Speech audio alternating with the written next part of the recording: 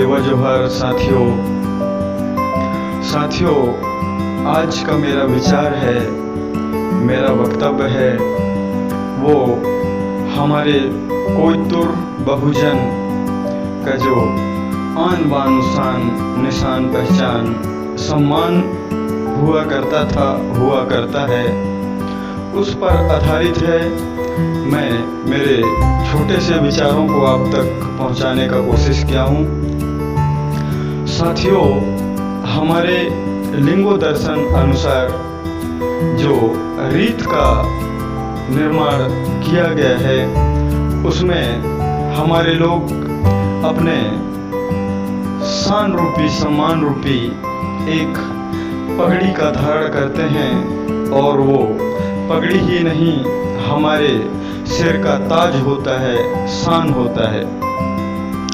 आप जहाँ कहीं भी देखें, अगर मैं बात करूं तो हमारे गोंडवाना अंचल, भील प्रदेश, संथाल प्रदेश, महाराष्ट्र, तमिलनाडु, तेलंगाना, आंध्रा, गुजरात, तमाम जगह हमारे पुरखा लोग, हालांकि आज की आधुनिकता में तो हमारे पारंपरिक चीज़ों को भूल चुके हैं, वो अलग बात है, लेकिन आज भी हमारे गांव देहातों में जो पहले के बुजुर्ग लोग हैं, वो बड़े सम्मान से इस पगड़ी का, इस मुकुट का, इस ताज का धारण करते हैं। और आप देख रहे होंगे, समझ पा रहे होंगे कि हमारे राजा महाराजा जो हुए, ये ऐसा कोई राजा महाराजा नहीं मिलेगा जिसके सिर पे पगड़ी यानी कि ताज सजा नहीं होगा। तो ये हमारे बड़े सम्मान और शान का चीज़ है। इसका साइंटिफिक और सामाजिक महत्व भी है। मैं पिछले वक्तव्य में उस चीज़ को बता चुका हूँ, और एक एग्जाम्पल उदाहरण स्वरूप बताना चाहूँगा कि क्या खासियत होता है इस मुकुट का। मैंने मेरे अनुभव से देखा है, जो सिख समुदाय के लोग होते हैं, सरदार लोग, इनका जो प्रमुख धार्मिक स्थल है अमृतसर पंजाब में, जिसे गोल्डन टेम्पल कहते हैं, तो ये गोल्डन टेम्पल सिख लोगों का एक प्रमुख आस्था और विश्वास का जगह है।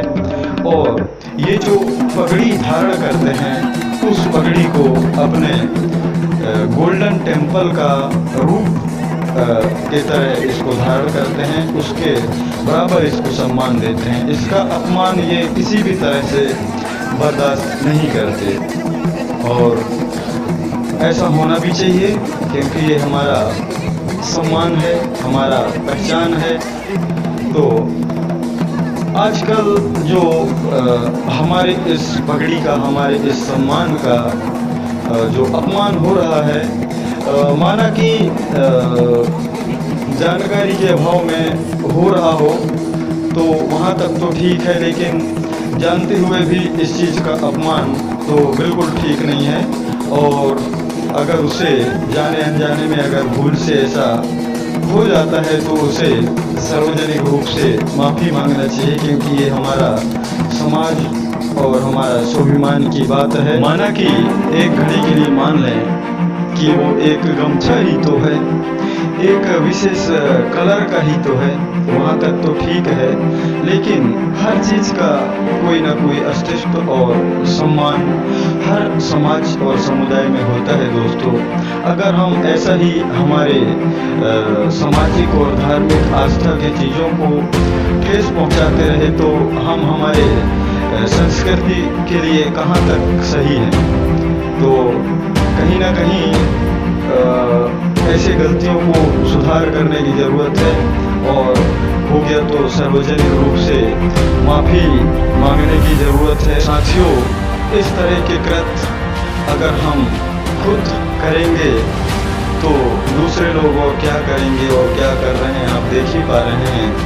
और कहीं ना कहीं, और ये परम सत्य है कि एक मानव का, एक इंसान का पहचान, उसका रीति नीति, संस्कृति, वेशभूषा वेशभूषा बोली भाषा से जाना जाता है। अगर हम हमारे रीति नीति संस्कृति वेशभूषा बोली भाषा के साथ इस तरह से छेड़छाड़ और अपमान करेंगे तो हमारा शिक्षित होने का कोई मतलब नहीं है। तो आज ज़रूरत है कि हमारे रीति नीति संस्कृति आन बान शान निशान पहचान बोली भाषा वेशभूषा को बचाना होगा। इसके साथ अपमान बिल्कुल ठीक नहीं है।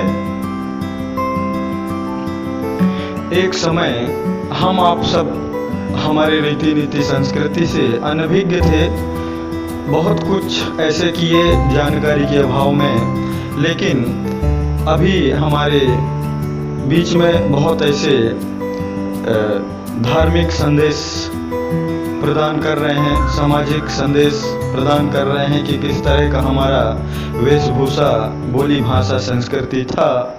तो हमें उनका सहयोग करना चाहिए।